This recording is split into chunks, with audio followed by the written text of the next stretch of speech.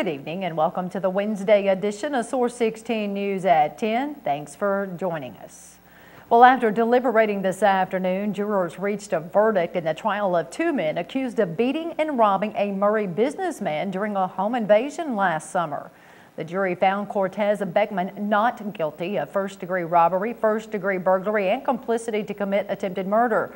However, Beckman's co-defendant, Terrence Silas, was found guilty of first-degree burglary and second-degree assault, but not guilty of attempted murder. Beckman and Silas were arrested and charged for breaking into the home of Chuck Wynn, the owner of a popular pizza and Italian restaurant, on July 13th of last year and assaulting him with pistols while demanding money. A traffic stop on the Pinnacle Parkway last night landed two Hopkinsville men in jail on drug trafficking charges after police found about 32 pounds of marijuana in their truck. 25-year-old Artavius Irvin and 25-year-old Jarvis Ross were charged with trafficking of marijuana over 5 pounds. A Christian County Sheriff's deputy stopped Irvin for speeding last night around 8:45 on the Pinnacle Parkway and then smelled marijuana coming from the vehicle. The deputy says Irvin and Ross were acting nervous and avoided eye contact. Police say a K-9 unit alerted on the driver's door, and during a search of the vehicle, a large duffel bag of pot weighing about 32 pounds was found in the back floor of the truck. In addition, police reported that Irvin had $680 on him in small denominations, which is common with the sale of narcotics. Irvin, who was also charged with traffic-related offenses, and Ross were booked into the Christian County Jail, where officers found a small baggie of marijuana on Ross. The Sheriff's Department reports the drug arrests were a result of a joint effort with Hopkinsville Police. Murray-Callaway County has a new Citizen of the Year. During last night's 84th annual Chamber Dinner, the Chamber recognized Chuck Jones of C.A. Jones Management Group with the top award.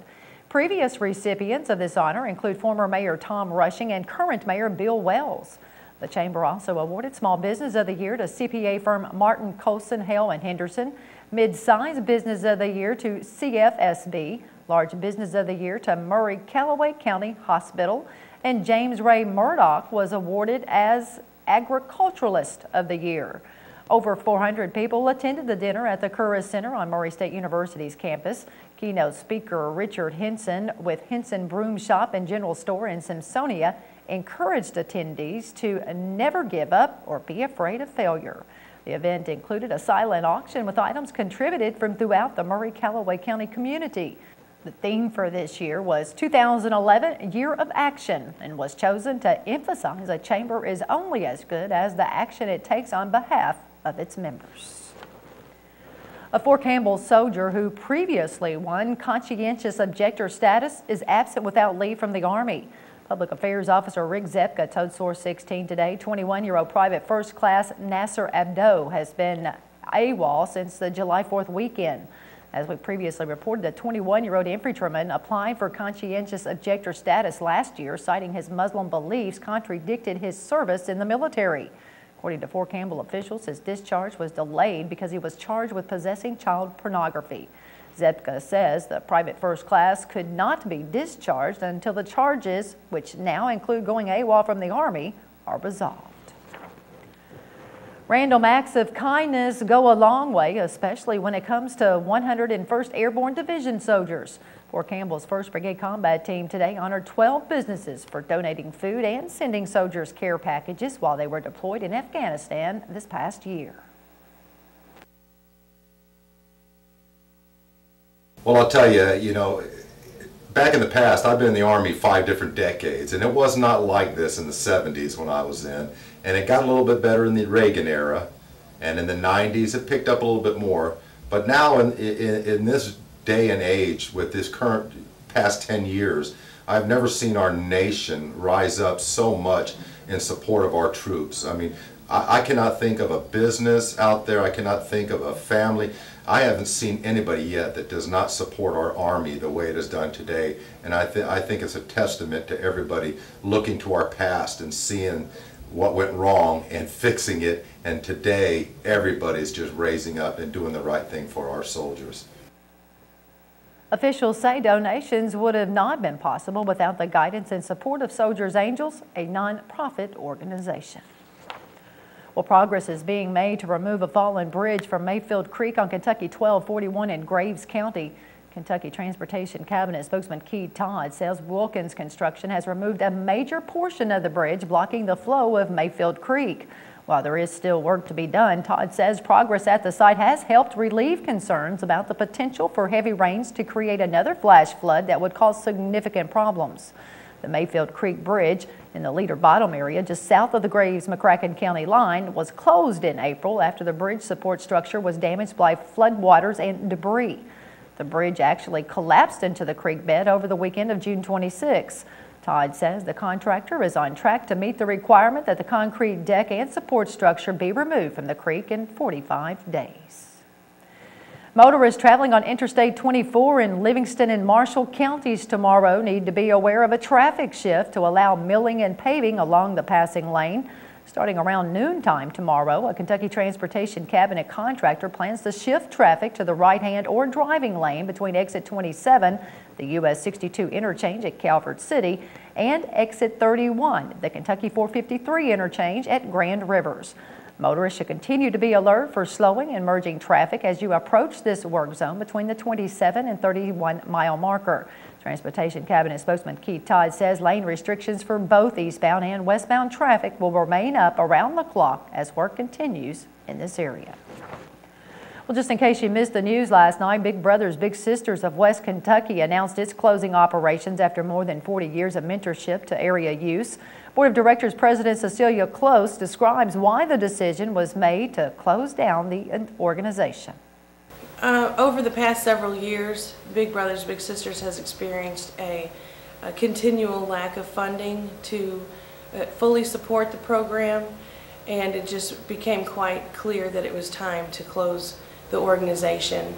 There's been a decrease in mentors and trying to bring mentors out of the workforce. With the economy, employers are more reluctant to allow their employees to leave.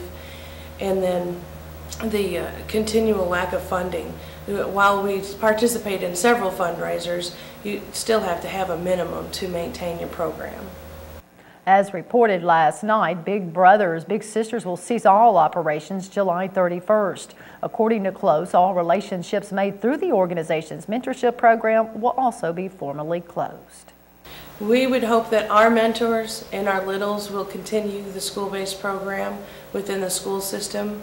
We've notified the youth service centers that are involved with our youth, and so that they will be able to help put them together in a match within the school. Close says she remains hopeful that one day the organization will return to Western Kentucky.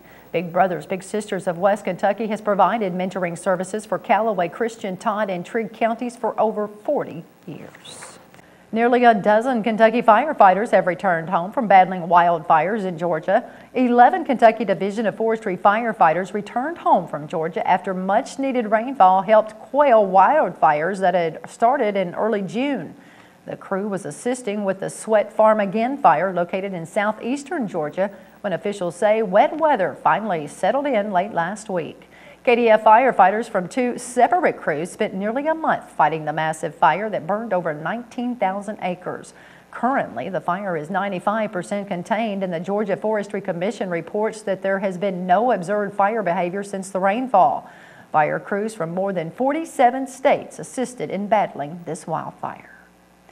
Well, Kentucky has been named a top 20 state. Usually that's a good thing. This time, not so much.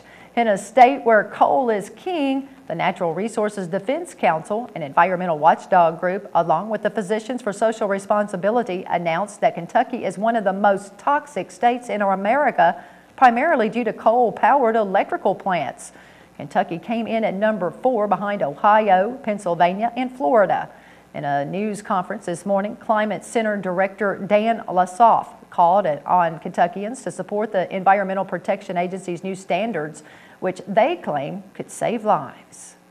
The EPA estimates that the reduction of toxic pollution required by the pending mercury and air toxic standard would save as many as 17,000 lives every year by 2015 and prevent up to 120,000 cases of childhood asthma symptoms. The safeguards also would avoid more than 12,000 emergency room and hospital visits and prevent 850,000 lost workdays every year. This is not going to be an easy sell in a state which is so dependent on coal, and this is obvious by legislation in Congress sponsored by 1st District Congressman Ed Whitfield, which would allow for ignoring these new standards. If you'd like to see the complete report as well as the complete listing of the 20 toxic states, visit nrdc.org. And speaking of Congressman Whitfield, on Tuesday we talked with him about the federal government's debt ceiling expiration coming up in less than 2 weeks. Whitfield was promoting the Cut, Cap, and Balance Act that was brought up before the House last night.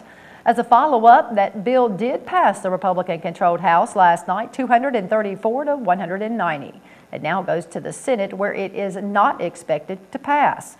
President Obama has said that even if it does pass the Senate, he will veto it. Now it's time for Hopkinsville Christian County Crime Stoppers Coordinator, Officer Paul Ray, with the featured fugitives of the week. This week, police need your help locating 2 wanted fugitives.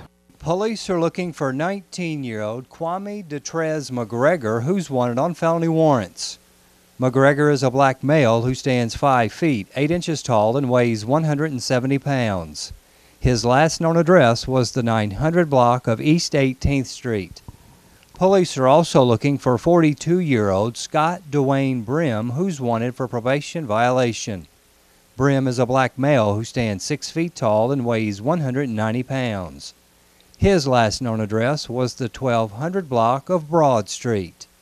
If you know where police can locate these wanted fugitives, and we've got cash waiting for you, pick up your phone now and call our tips line at 887-TIPS. If your information leads to an arrest, Crime Stoppers will pay you a cash reward. And remember, we will never ask your name, and you will not have to appear in court. Well, this week's Fugitive of the Week, I'm Officer Paul Ray for Crime Stoppers.